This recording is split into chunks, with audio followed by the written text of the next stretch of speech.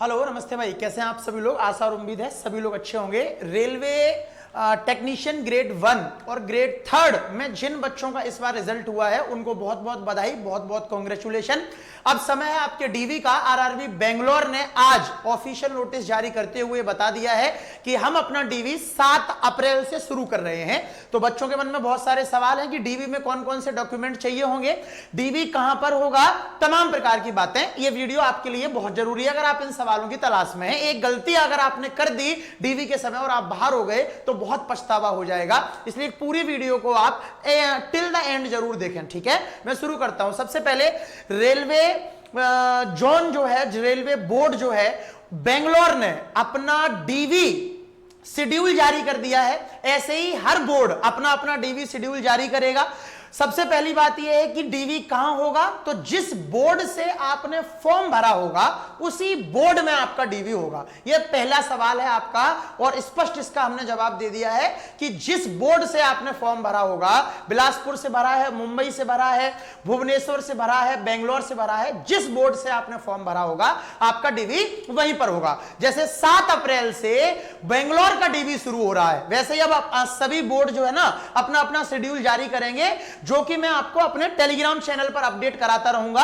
हर एक बोर्ड जब जारी करेगा तो हम आपके लिए वीडियो सेपरेट नहीं बनाएंगे, बहुत सारे बोर्ड हैं। ठीक है, तो आरआरबी बेंगलोर ने अपना डीवी का शेड्यूल जारी कर दिया है। ये नोटिस है जो मैंने अपने टेलीग्राम पर सेंड कर दिया है। यहां पर आरआरबी बेंगलोर ने बताया है 24 मार्च को ये जारी हुआ है कि भैया 7 अप्रैल को हम 35 कैंडिडेट का डीवी करेंगे और रिपोर्टिंग टाइम 12 बजे का दिया है। फिर 7 अप्रैल को ही हम 25 कैंडिडेट का डीवी करेंगे, रिपोर्टिंग टाइम 1 बजे दिया हुआ है। फिर 8 अप्रैल को हम डीवी करेंगे और 8 अप्रैल वाले बच्चों का रिपोर्टिंग टाइम फिर से 12 बजे दिया हुआ है और 35 कैंडिडेट, उनके रोल नंबर भी यहां पर लिखे हुए हैं। ठीक है, तो जैसे जैसे जो बच्चे बेंगलोर बोर्ड से हैं, बेंगलोर बोर्ड में जिसने फॉर्म भरा था, वो लोग इस नोटिस में जाकर अपना रोल नंबर चेक कर लें कि किस तारीख को आपका डीवी जो है यहां पर दिया गया है। यहां ऊपर तारीख लिखी हुई है और आपका रोल नंबर यहां लिखा हुआ है। जिस तारीख को आपका रोल नंबर हो उस तारीख को आपको अपना डीवी कराने पहुंचना है।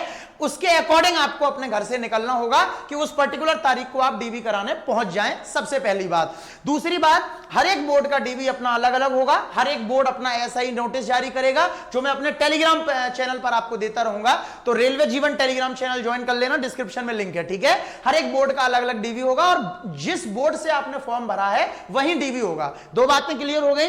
अब डॉक्यूमेंट वेरिफिकेशन में मेरे प्यारे दोस्त आपको क्या क्या चाहिए होगा, तो जो ऑफिशियल नोटिफिकेशन था टेक्नीशियन का, मैं आपको डायरेक्ट वहीं पर लेके चल रहा हूं। ये ऑफिशियल नोटिफिकेशन है टेक्नीशियन का, ग्रेड 3 का और ग्रेड 1 दोनों का। ठीक है, इस ऑफिशियल नोटिफिकेशन में यहां पर आप देखेंगे लिखा हुआ है verification of original document and format of certificate. ठीक है भैया, जो ओरिजिनल डॉक्यूमेंट है उनका वेरिफिकेशन और सर्टिफिकेट जो आपका होगा, जैसे ओबीसी सर्टिफिकेट हो गया, आपका ईडब्ल्यूएस सर्टिफिकेट हो गया, एससी एसटी कैंडिडेट वाला सर्टिफिकेट हो गया, उनकी जांच होगी और आपके जो ओरिजिनल डॉक्यूमेंट आपने फॉर्म भरते समय सबमिट किए हैं उनकी जांच होगी।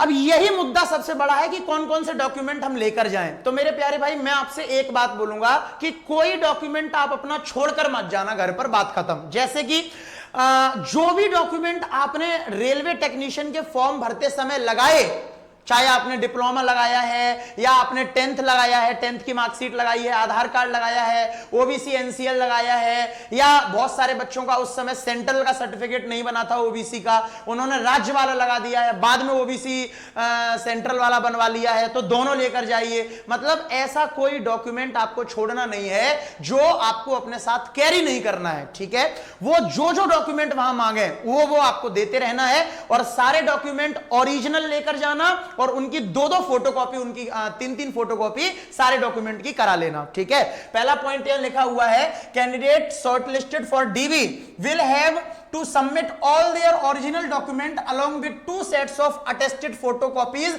Eight the time of DV. यानी ओरिजिनल डॉक्यूमेंट के साथ साथ आपको 2 फोटोकॉपी हर डॉक्यूमेंट की वहां सबमिट करनी होंगी, तो फोटोकॉपी जरूर करा लेना, है ना। और एक राय दूंगा कि फोटोकॉपी कलर्ड कराना। ठीक है, कलर्ड, ब्लैक एंड व्हाइट मत कराना।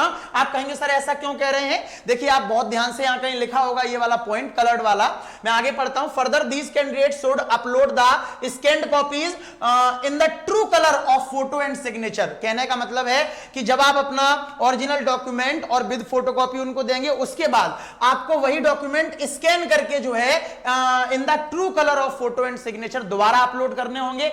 इसके बाद all certificate should be either in English और Hindi only, where certificates are not in English और हिंदी अटेस्टेड ट्रांसलेटेड वर्जन।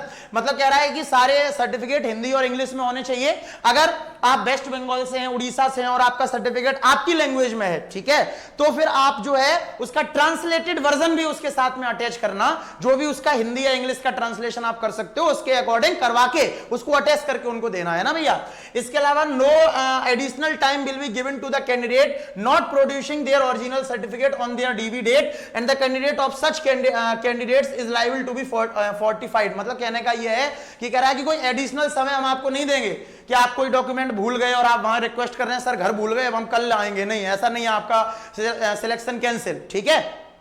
मान लो आप फोटोकॉपी करा के नहीं ले जा पाए और आपने कहा सर 5 मिनट में आ रहा हूं, उस दुकान तक जा रहा हूं फोटोकॉपी करा के, सिलेक्शन कैंसिल, सीधी सीधी। वो कह रहा है कोई एडिशनल टाइम नहीं मिलेगा। तो सारी चीजें अपनी लेकर जाइएगा।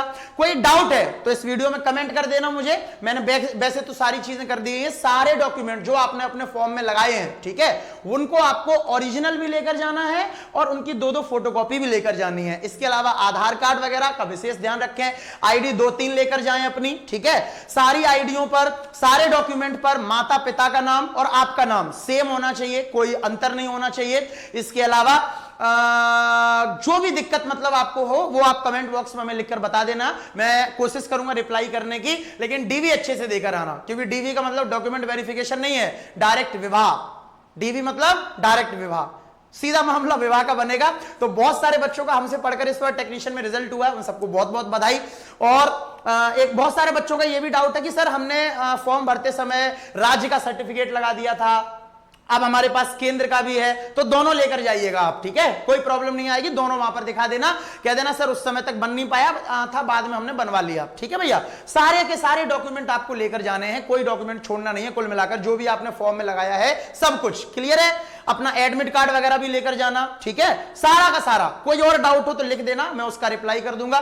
बाकी मेरे दोस्त जो भी इस नोटिफिकेशन के लास्ट में फॉर्मेट दिया हुआ है, आपके डॉक्यूमेंट इसी फॉर्मेट में होने चाहिए। जैसे format of certificate for SC ST candidate है ना, format of certificate for OBC NCL, तो यही फॉर्मेट होना चाहिए। आप कहेंगे गुरुजी इस फॉर्मेट में तो मेरा नहीं है, तो क्या करें मेरे दोस्त, इसकी ये नोटिफिकेशन के लास्ट में दिए हुए हैं आपको फॉर्मेट, तो इन फॉर्मेट की फोटोकॉपी करवा के इनका प्रिंट निकालवा लो 4-5 पन्नों का, और जहां जहां ये आपका ये है ना, इसको सेल्फ आप भर लो, अपने हाथों से भर लो, और ये फॉर्मेट भी रेडी करके ले जाओ।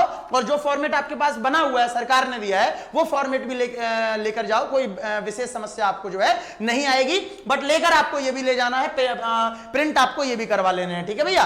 जैसे OBC NCL वाला कैंडिडेट है तो उनका OBC NCL वालों के लिए एक और फॉर्म है, सेल्फ डिक्लेरेशन फॉर्म, इसको भी भर लेना। वैसे तो ये आपको वहां पर भी मिलेंगे, बट आप इनको घर से रेडी करके ले जाओ ना, क्या दिक्कत है, ठीक है। और कोई डाउट है तो मुझे बताना इस वीडियो के नीचे।